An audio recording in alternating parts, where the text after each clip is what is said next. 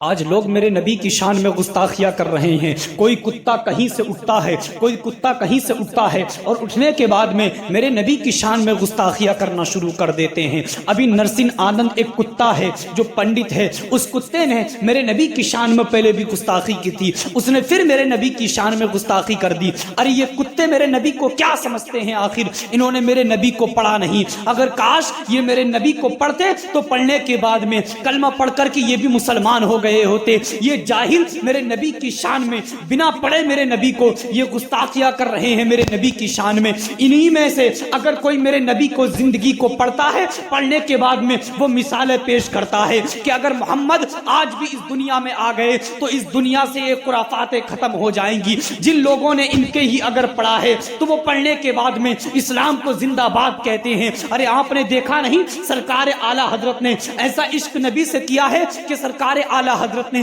اپنی پوری زندگی نبی کے نام پر اور نبی کی زندگی پر اپنی کتابوں کو لکھ کر کے سرکار اعلی حضرت گئے ہیں. سرکار اعلی حضرت کی زندگی کو ایک بریلی کا پنڈت ہے رہنے والا، اس نے سرکار اعلی حضرت کی زندگی کو نوٹ کیا. نوٹ کرنے کے بعد میں سرکار اعلی حضرت کی کتابوں کو نوٹ کیا. نوٹ کرنے کے بعد میں ایک کمپیوٹر پر بیٹھا اور بیٹھنے کے بعد میں اس نے سرکار اعلی حضرت کی زندگی کو دیکھا کہ سرکار اعلی حضرت کی زندگی کتنے وقت کی ہے، اور پھر ان کی کتابوں کو دیکھا کہ انہوں نے کتنی کتابیں لکھی ہیں. قسم خدا کی وہ تاریخ بتاتی ہے کہ وہ پنڈت جب لیپ ٹاپ پر بیٹھا تھا حساب لگانے کے لیے، لیپ ٹاپ سے اس وقت اٹھا کہ جب تک اس نے کلمہ نہ پڑھ لیا تھا. اس نے کہا کہ جب بریلی کے شہنشاہ کا یہ عالم ہے، جب بریلی کے ایک احمد رضا کا یہ عالم ہے تو اس مدینے کے تاجدار کا عالم کیا ہوگا. اور کلمہ پڑھنے کے بعد میں شہر بریلی والوں کو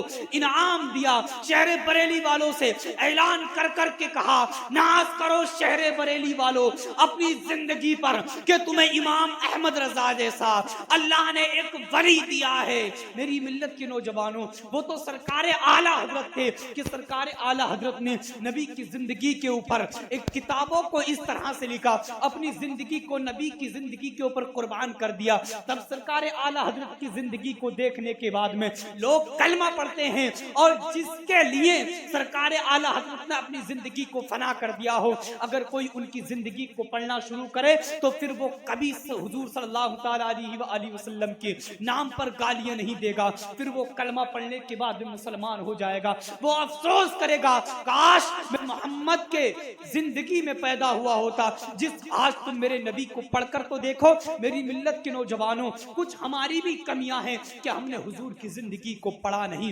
آخر ہم سے تو حضور نے اس طرح کی محبت کی ہے، اس طرح کی محبت کی ہے کہ بتایا جاتا ہے کہ اگر دنیا میں رہنے کے بعد میں اگر کسی امتی کے کانٹا چبھ جائے تو اس امتی کو درد بعد میں ہوتا ہے، پہلے مدینے میں خبر ہو جاتی ہے. اس طرح کی محبت نبی ہم سے کرتے ہیں. ہم نے نبی سے کتنی محبت کی ہے. میری ملت کے نوجوان، آج جب ہمارے عشق کی بات آتی ہے، آج جب نبی سے ہمارے رشتے کی بات آتی ہے تو نبی نے فرمایا کہ نمازوں کو ادا کرو. ہم مسجدوں سے دور ہیں، محفلوں سے دور ہیں، ہم ذکر رسول سے دور ہیں، ہم اچھی نیک باتوں سے دور ہیں. ہم کہاں ہیں؟ کچھ ہماری بھی کمیاں ہیں. ہم اپنے علماء کے پاس جا کر، ہم اپنے اماموں کے پاس جا کر کے، ہم اپنے بڑوں سے بزرگوں کے پاس جانے کے بعد میں نبی کی زندگی کو سنیں، اولیاء کرام کی زندگی کو سنیں، تب ہمیں پتا چلے گا کہ ہمارے نبی کی زندگی کیا ہے. اور کچھ میری ملت کے نوجوان آج بھی موبائل میں اس طرح سے مبتلا ہیں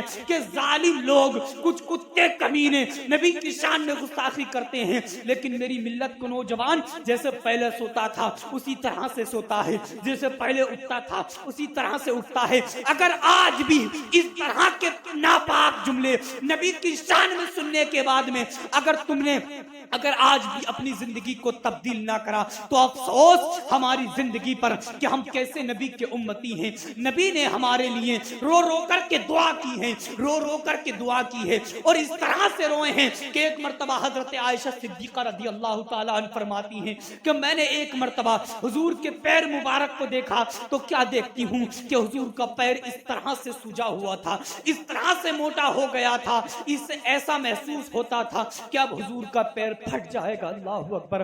ایسے نبی نے ہم سے عشق کیا ہے، ایسے نبی نے ہم سے ہماری بخشنے کے لیے دعائیں کی ہیں خدا سے، کہا ہم کب کیسی محبت کرتے ہیں، ہم نبی سے کیسی محبت کا وعدہ کرتے ہیں۔ ایک مرتبہ حضرت جبریل امین حضور صلی اللہ تعالیٰ علیہ وسلم کی بارگاہ میں حاضر ہوئے اور ہونے کے بعد عرض کرتے ہیں یا رسول اللہ صلی اللہ تعالیٰ علیہ وآلہ وسلم، میں نے حضرت نوح علیہ السلام کی امت کو جہنم میں دیکھا ہے، یا رسول اللہ میں نے حضرت شیس علیہ السلام کی امت کو جہنم میں دیکھا ہے، یا رسول اللہ میں نے حضرت داؤد علیہ السلام کی امت کو جہنم میں دیکھا ہے، یا رسول اللہ میں نے حضرت ابراہیم علیہ السلام کی امت کو جہنم میں دیکھا ہے، یا رسول اللہ میں نے حضرت سلیمان علیہ السلام کی امت کو جہنم میں دیکھا ہے، یا رسول اللہ میں نے حضرت موسیٰ علیہ السلام کی امت کو جہنم میں دیکھا ہے۔ اللہ اکبر کہتے رہے، کہنے کے بعد میں خاموش ہو گئے۔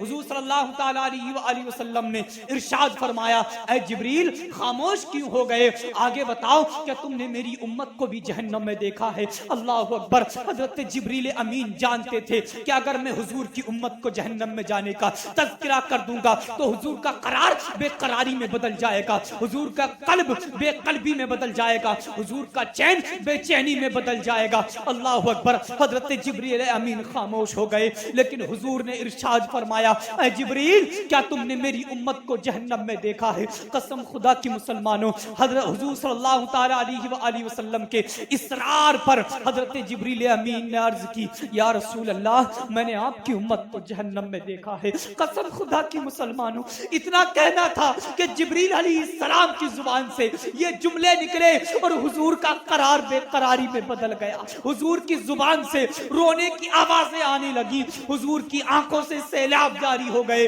حضور رونے لگے اور رونے کے بعد میں مدینے کی گلیوں کو سونا کر دیا۔ مدینے کی گلیوں کو سونا کرنے کے بعد میں جنگل کی طرف چلے جاتے ہیں اور جانے کے بعد میں اپنی امت کو یاد کرتے ہیں۔